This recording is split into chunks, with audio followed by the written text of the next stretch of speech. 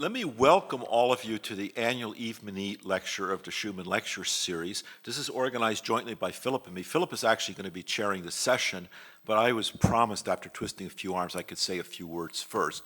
So the first words I want to say is we would really hope that many of you will try to attend our regular seminars, which are at 4:30 rather than 4 for some historical reason lost in the distant past. Also on Wednesdays, the second and the fourth Wednesday of each month. So there's a schedule going around. This is intended to be sort of a central intellectual activity for the Schuman Centre to bring people together. So I really do hope you'll try to attend. The inaugural lecture is named after Yves Mény, who was both the president of the university and also the head of the Schuman Centre and contributed a great deal to where we are today in both of those respects. Now, I actually want to say a few words about Adrienne, our speaker. She's a woman of tremendous intellectual depth and great distinction as a scholar. I'm not going to say a whole lot about that. Philip, I believe, is going to say a few words about that. But I wanted to say something about her role in the Schuman Centre in general and her role in the Schuman Seminar Series in particular, because I think it's very important that people like Adrienne, who are of enormous distinction, tremendous researchers here at the Schuman Centre, participate in this seminar. And she has been a regular. Probably you missed some at some point, I don't know. But I have seen her there practically every time. And she's not just attending, but she's been engaged, and she brings her knowledge and her expertise and her wisdom. And she is engaged with the speakers. We have young speakers. Half of our seminars are reserved for our Max Weber Fellows, young people who are just starting their careers. And it's very important for people like that to get input from senior scholars, expert scholars like Adrienne, and I hope I can encourage many of you to follow her lead and come to these seminar series and be engaged with the speakers and contribute to their research as well as to your own research. So first I want to thank you, Adrienne, for that. And now I'm going to turn the floor over to Philip, who will say a few more words. You know, believe it or not, Adrienne had an intellectual life before joining the Robert Schuman Seminar Series, which is hard to believe, but you know, it's true. So in the mid-90s, she joined the SPS department as a professor of public policy, but then in 1999, from a German perspective, was promoted to director of a Max Planck Institute in Germany. And for Germans, of course, being director of the Max Planck Institute, you know, that's truly the pinnacle of academic achievement. And still, Adrienne decided to quit in 2003 and come back to Florence, to the Robert Schuman Centre, incidentally, which shows that the true pinnacle of academic achievement is the EUI. Now, Adrienne's research has covered a lot of ground. It started in 1982 with a book on, are women truly as Freud saw them? Are they?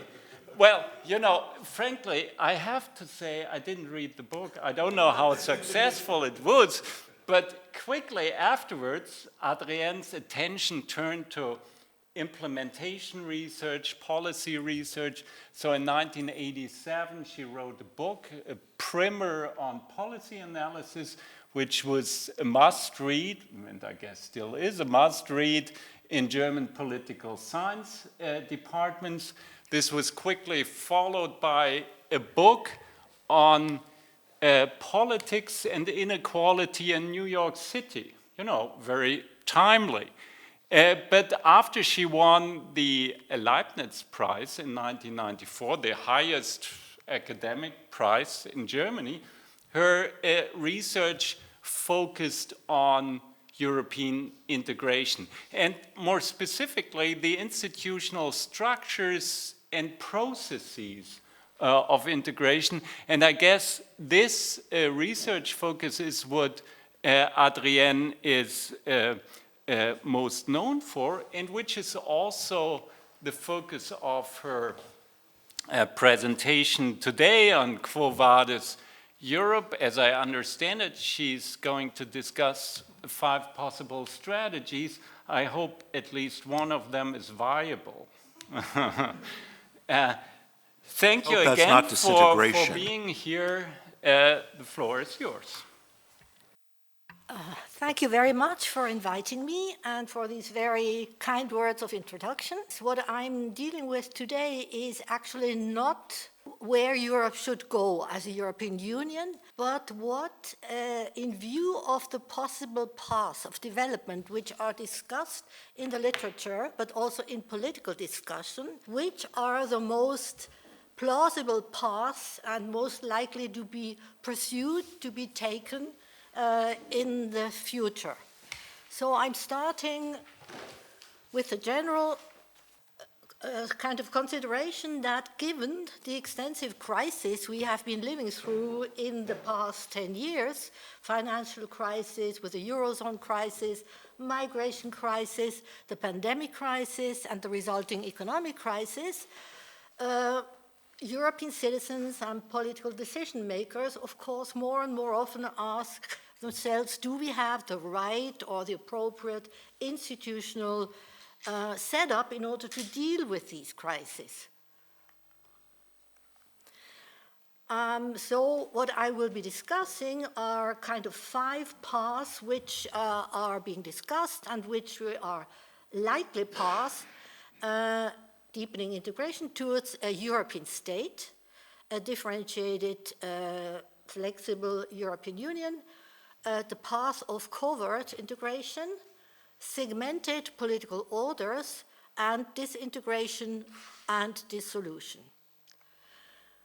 So I will be talking about the plausibility of these different paths, whether they'll be taken, embarked upon or not, by using actually an argument from strategic interaction in negotiations, in international negotiations from Lake and Powell, kind of varying the micro side of the preferences of the most important actors, i.e. member states, the European institutions, and the particular outcome, which is a specific path of development.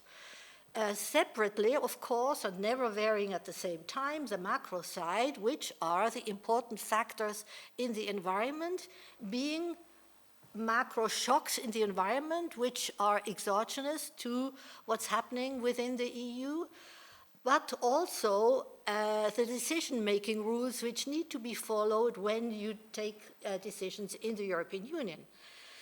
And these are, of course, either unanimity, qualified majority rules, simple majority, but also the use of referenda in the member states and the need of confirmation of treaty changes by national parliaments or national referenda. And, of course, also court rulings, which do play a role and do make a difference when political decision makers take decisions.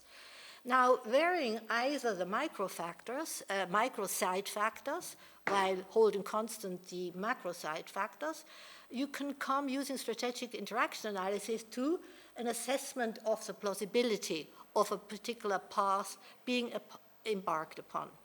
So the first path, the European state, is, as you all know, a concentration of decision-making competencies for all policies and budgetary issues with institutions at the supranational level, a federal parliament where a majority of members elect a government responsible to this parliament.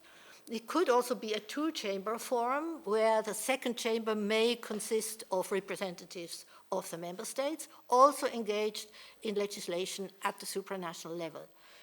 Member states have mostly implementing power of the legislative decisions taken at the central level, and of course legislative functions also in the second chamber.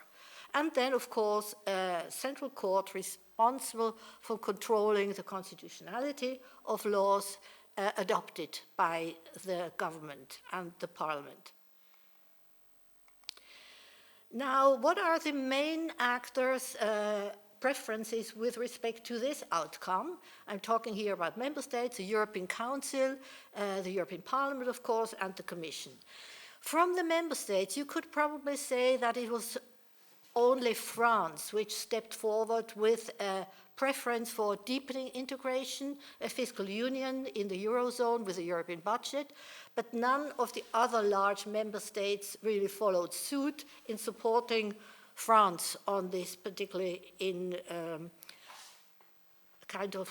saying they would like to follow down this road. And there are a few small member states like Belgium and Luxembourg who always were quite in favor of a deepening union and a political union. Then, of course, there are now in the last 10 years new groupings of member states which have been developed in reaction to various crises, like the new Hanse League, but also the Visegrad formation, and most recently, actually, a kind of an alliance of southern member states with Italy, Spain, and France, actually viewing the vacuum which is created by the elections or the change in Germany. The European Council, reflecting, of course, the diverse preferences of the member states, can't possibly take a position for a European state because the member states' preferences are so diverse. Whereas the Commission and the Parliament do kind of clearly say they would be quite in favor of creating a European state, a European government, and the Commission has been coming forth also with the 5 presidents' reports, with the 4 presidents' reports, and the Commission report, particularly under Juncker. We do also see such preferences on the side of the European Parliament in the direction of a political union. The macro factors in the environment are, as you all know, of course, the external shocks, financial crisis, migration crisis, pandemic crisis, and the decision-making rules, which I said is another important institutional macro factor, which needs to be applied when you take decisions in which direction to go. Additionally, of course, also at the lower level, referenda, member states, if there should be a treaty change, national parliaments consent to a treaty change, and of course, a possible intervention by the courts. And now the crises in the past have, to a large part, created distributive conflicts of a redistributive nature, where some member states should kind of pass resources to other member states. And what materialized actually rather quickly was a certain unwillingness to redistribute financial capacity. And there was the cleavage between the creditor states and debtor states in the case of the Eurozone crisis. In the migration crisis, you would have in the first instance a closing down of borders. You would get a clear East-West divide regarding the willingness to accept migrants. In the pandemic crisis, which is, you all know, a symmetric crisis in the first instance, and not kind of a crisis which a country would deserve in terms of a crisis situation, but hitting everybody equally in a way, but already, and you would see reactions like closing down of borders because of, you would be afraid of infections, but also in the next step, you would also see the need of economic kind of rebuilding, recovery act, as we're talking about, and there already, in a way, the redistributive nature of the discussion re-emerged, also in the pandemic crisis. But, as you all know, most recently there have been steps towards solidarity in the next generation EU. Since we already said the macro factors are the relevant decision-making rule is unanimity, if there would be a change, and given an ambitious reform, even in the case of such a crisis, coming to a full-blown treaty change, which puts everything on the table, which is in the treaty, is something which you can't really observe in member states' preferences because they're afraid that everything may unravel or too much may come onto the table if you would open the door to a full-blown treaty renegotiation. In conclusion, given actors' diverse preferences over desired outcomes, divisive impact due to various redistributive crises, and additional high requirements of unanimity, make it very implausible that such a path will be embarked upon. Path 2, differentiated union. You know the literature on that. We usually can distinguish between two-speed, two-tier union with the features of individual member states participating in joint policy making in specific areas while others do not participate, go for an opt-out. Or you could find a kind of a restricted joint cooperation in all policy areas by a limited number of states, and around these core member states you would have another kind of circle of member states which only would, for instance, participate in an internal market. Main actors' preferences here are given the number of opt-outs we already have and the possibility of enhanced cooperation which already exists, you can see that a sizable number of member states, large and small, have been in favor of this type of differentiated integration. The European Council, again, given diverse preferences of the member governments, are assumed to favor differentiated or flexible integration. By contrast, what you can see that the Commission is not a strong supporter of differentiated integration, except when you talk about, as Schimmelpfennig has shown, you talk about new accession states where you have a transitory kind of differentiation which then disappears after a number of years. But otherwise, the negotiations of accession would not succeed. The Parliament is very skeptical vis-à-vis differentiated integration, in particular, if differentiated integration takes the form of the Parliament being kind of left out, as you have, for instance, with the international agreements in the case of a European Stability Mechanism, which was actually created because there was no unanimity for it, and it also was the idea to bypass the Parliament.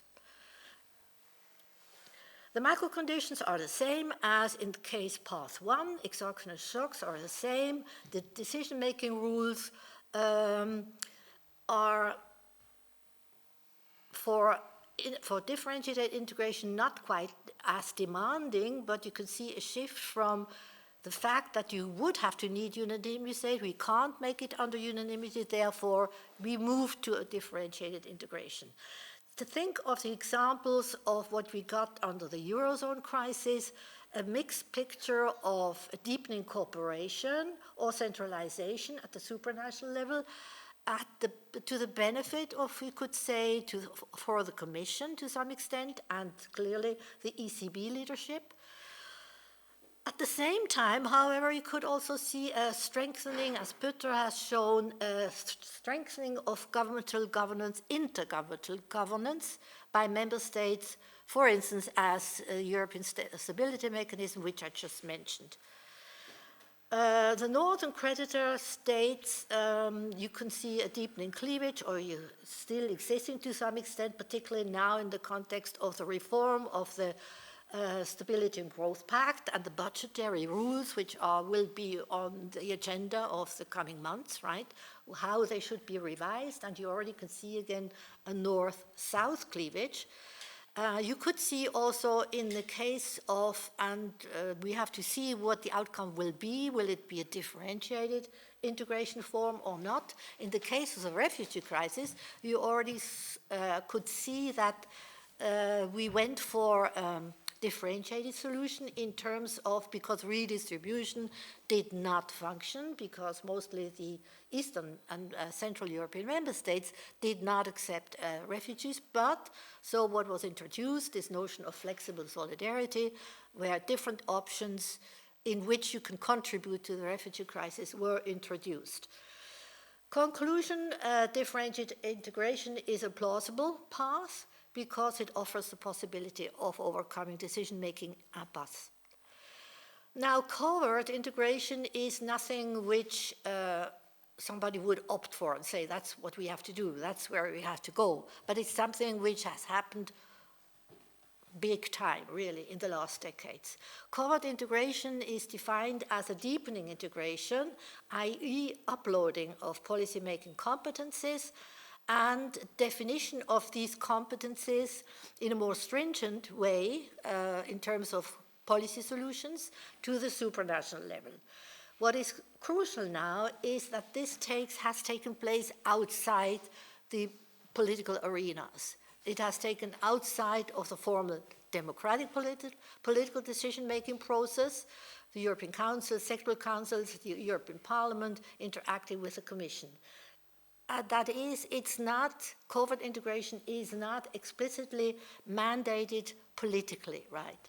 But it happens. And what are the roots of these type of covert integration or integration by stealth, as it has been called as well?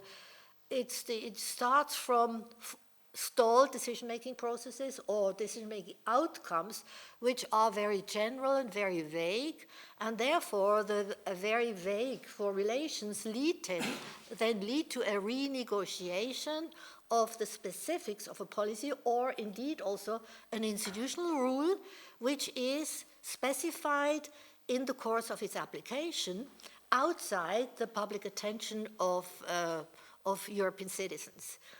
If, one has to say, if the negotiating actors, the actors prevail in this process which have preferences for a deepening integration, right?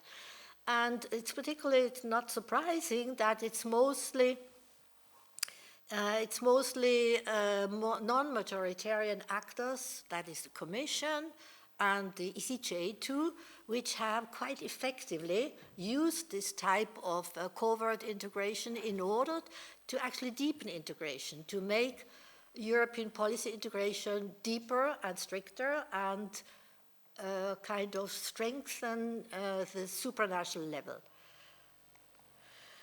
Now, the patterns of these patterns of covert integration vary.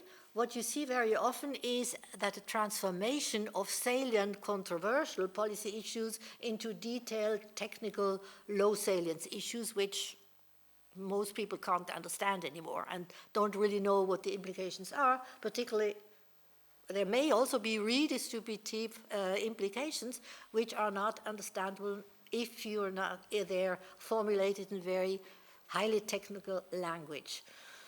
What is interesting to see that you often see also kind of an inroad of Commission influence through, as we call it, transversal policies, such as competition law or state aid, or also the national recommendations under the European semester which allows the Commission to gain a role in national policy making, which actually it should not have under the formal competencies of the Commission or the supranational level. What you also see in the interpretation of vague institutional rules is that some actors move very quickly in the interpretation of a rule in order to create fait accompli, which then can't be gotten out anymore unless with a high transaction cost for those who are implicated. I'm so sorry.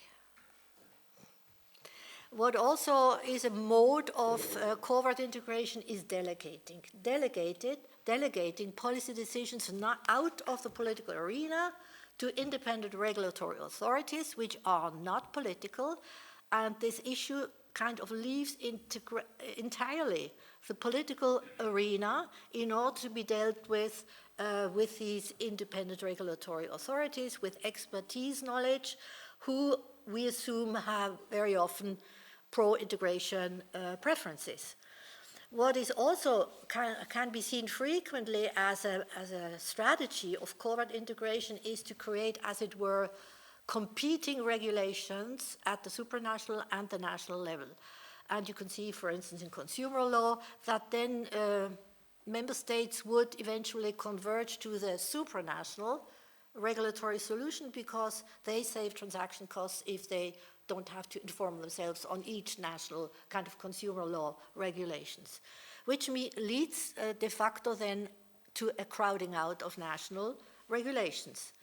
What you also can see is that already existing institutions, if you want to kind of exploit or mine existing institutions for new purposes, different purposes, you can see it also that what has been called by Schelkle using the latent capacities of institutions to deepen European integration. So I already mentioned an example of, which has been described by Blauberger, the state aid under the control of the Commission. By conditioning the acceptance of state aid on soft Commission policy criteria, member states, of course, have to follow these criteria if they want to have the state aid, but at the same time, they have to make plausible why other policy measures, national policy measures, other than state aid, would not be likely to solve the problem at hand, which means that the Commission then can judge all these national policies, which would not be enough if you wouldn't use state aid. And therefore, it has been clearly a way of the Commission to move into national policy competences without actually being having the formal power to do that.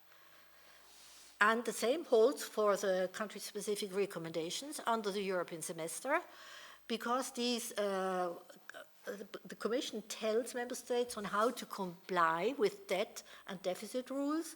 It's called advices on all kinds of policies which are given by the Commission, but also in core competencies of member states, which means, of course, there is a kind of a supranationalization of other policies which actually were deemed to be national policies. Another interesting example as a target system which, as Schelkle has shown, by lending to banks with liquidity deficits and borrowing from banks in countries with excess reserves, the target system in a way became, as she says, the interbank market maker of last resort in the European Union. But nobody was aware of that. Nobody actually wanted to create such an interbank market maker of last resort. And the EP, as we have shown in an entire book, 219, has been a master of using vague institutional rules in order to widen its competencies in many areas, and we go through all the different competencies in comitology, but also just, for instance, in the kind of appointing of head of agencies, but also heading kind of other commissioners. Oh yeah, commissioners, of course. At one point, the European Parliament just invented for itself this right of hearing, informal hearing, and of course, the Commission and the member states couldn't say you're not allowed to hold a hearing for a commissioner candidate, but of course, once the Parliament said this candidate is terrible, like Buttiglione in Italy, no way that the Commission and the member state governments could hold on to that candidate. So de facto, it did acquire, which was later, by the way, formalized, a right of appointment of commissioners. So the the Parliament very often used this kind of introducing informal rules, which then created de facto power in a covert way, also in institutional changes. Or one important kind of blackmailing strategies of the Parliament to widen its competencies, formal competencies, would want to say that it would leak what we call arena linkage. They say, if you don't, we will not confirm this particular legislative draft unless you give us more competencies under comitology. So they did that again and again and again, very successfully so. And so you had a kind of a covert institutional deepening of the role of the European Parliament and what we call it an informal empowerment of the European Parliament beyond its formal powers, which were already, of course, granted during treaty revisions in the past. Now, again, we have the same thing. It's a plausible path because it comes from member states not agreeing on what to do. Therefore, you get the vague formulas, and from these vague formulas, as regards policy solutions and as regards institutional rules, that's where then this kind of rebargaining can take place, or as lawyers, it's a different kind of process, would say a reinterpretation of a particular rule, which could be also from legal viewpoints. We, as political scientists, looked at this in terms of rebargaining of vague rules, policy rules, and institutional rules. And one has to say that a lot of this has happened in the past decades, and what we usually see in the open political arenas is only the tip of the iceberg of what takes place in terms of policy change and in terms of institutional change.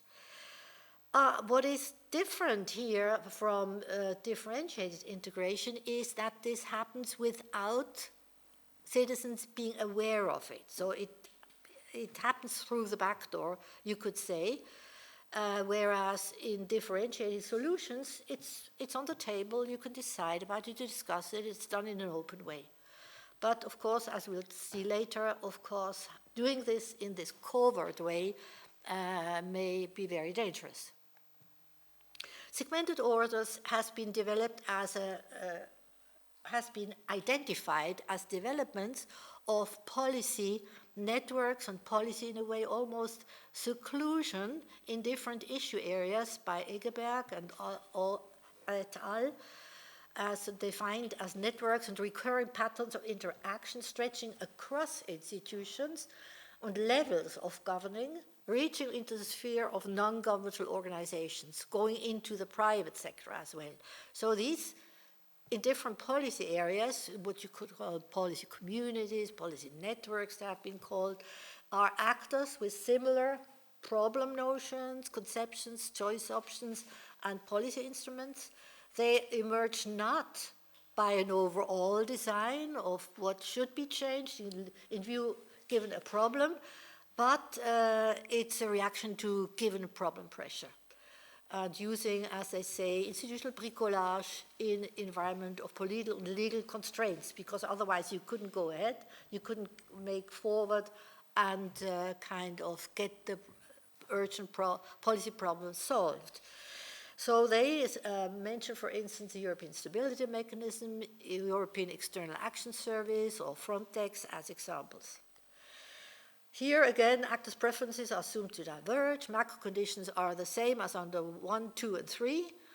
It leads to segmented orders based on incremental bricolage of policy and institutional solutions, as you have seen. And it's different from covert integration. It does not occur invisibly either. It's out in the open, right? But in a restricted circle of actors which are engaged in it. Path 5, disintegration and dissolution. Disintegration defined as a repatriation of specific policies to member states, or ex post opting out of a member state from specific joint policies, or an entire exit of a member state from the EU, as in the case of Brexit.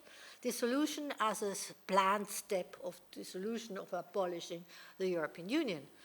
The causes of disintegration have been discussed in the literature. For instance, Bartolini has shown in his book on the central, title, 2005 books, a kind of Hirschman and Rocan analysis applied to the European Union, where he shows that political structuring doesn't really take place in the European Union in terms of a formation of preferences vis-à-vis the center, because these associations, trans-border associations, social structures, political organizations, do not exist in Europe to that extent in order to kind of favor a development of such preferences vis-à-vis the center.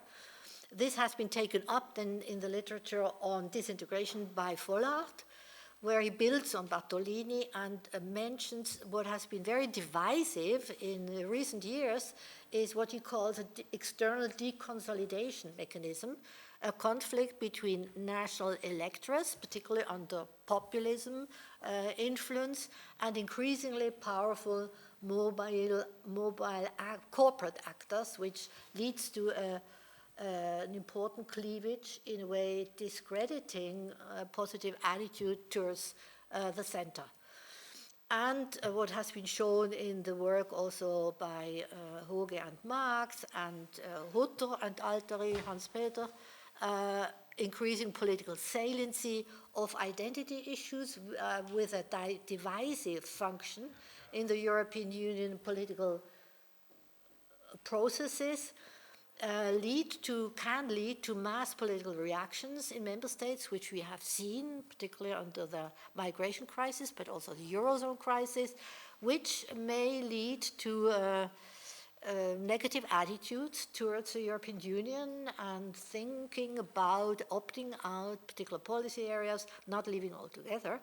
And as Eric has developed also in economic sense, that if you consider the European Union as an allocation, successful allocation of joint added values, joint added gains through cooperation, if these allocation of what you gain through the cooperation in the European Union is not perceived to be equally, or not equally, at least fairly treating all concerned, this may be a turning point, create political conflicts, and create less acceptance for the institutional rules of the European Union.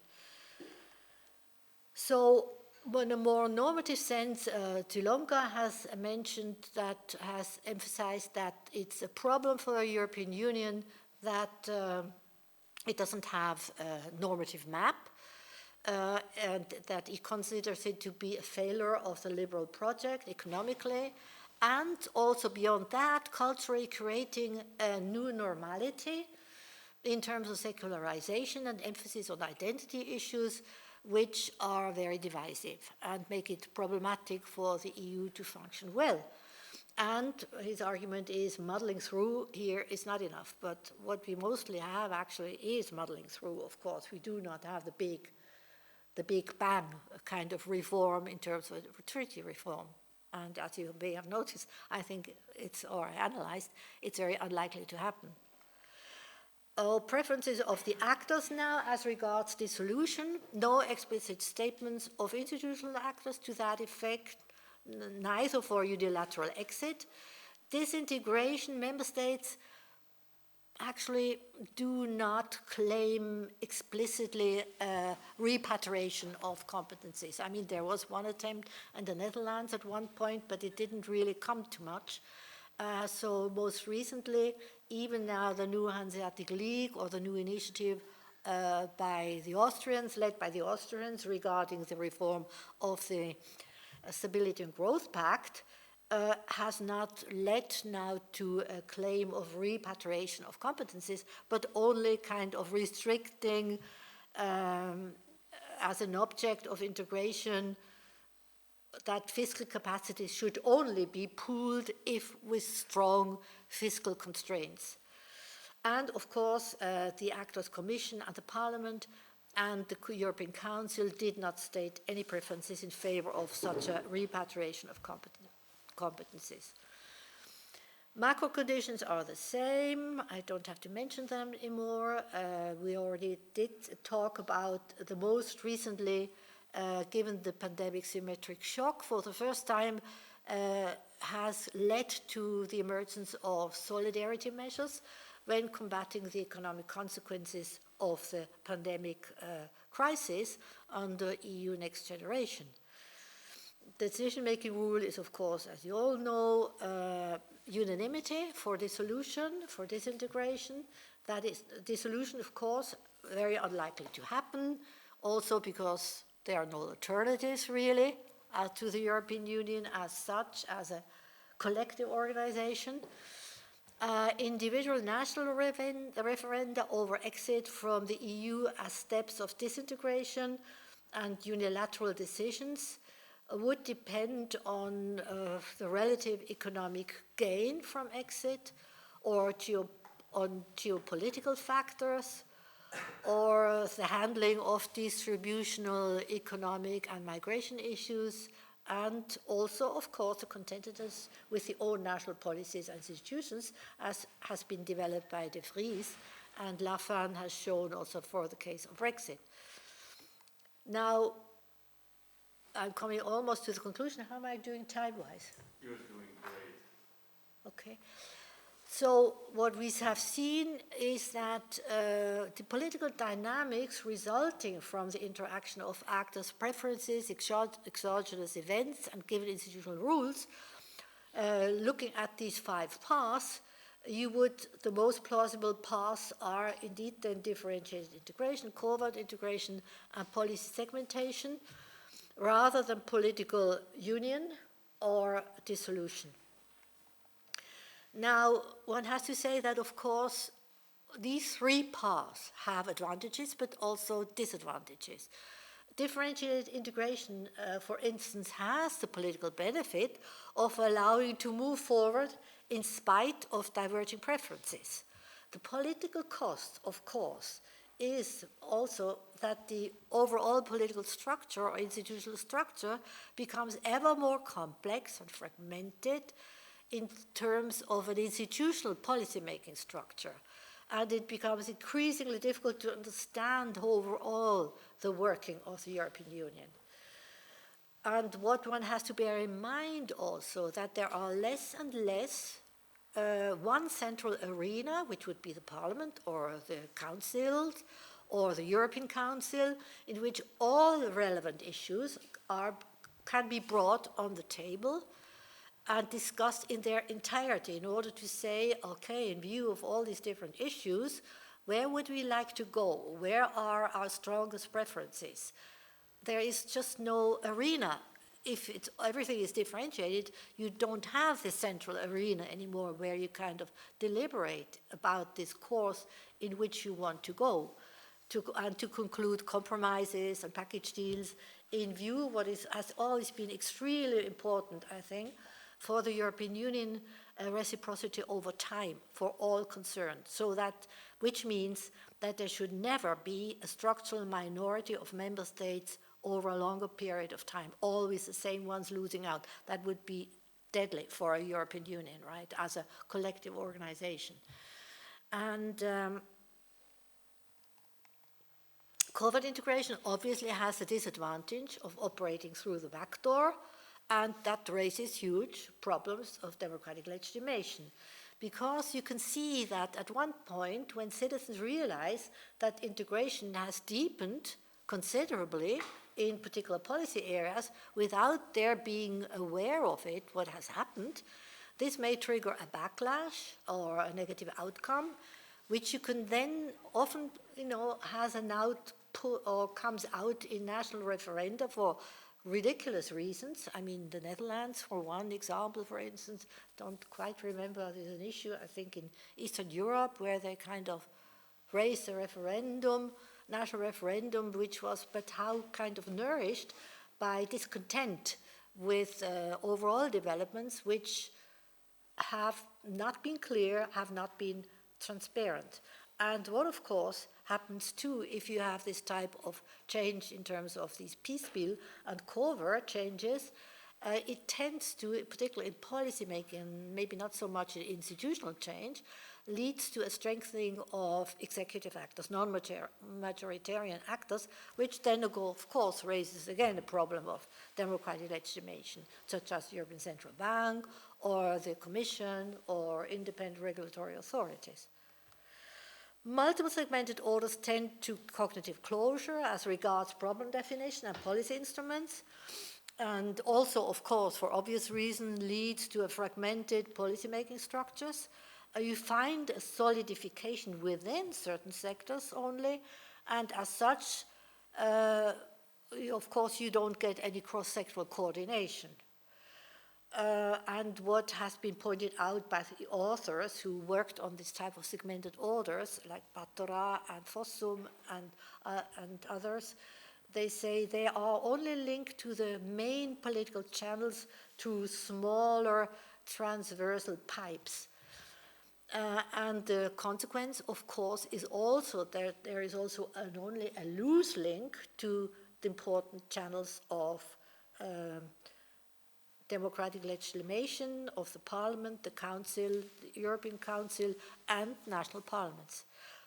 So my conclusion is that path one, treaty revisions, intergovernmental conferences, and community method of European legislation seeking to harmonize policies across member states are de facto, formally, the master path to institutional and policy change. They are still the main pillars. However, since they are frequently blocked, given the diverse preferences and redistributive cleavages, you find these institutional and policy escape routes from deadlock, which have emerged over the years along differentiated integration, covert integration, segmented policy orders, and disintegration.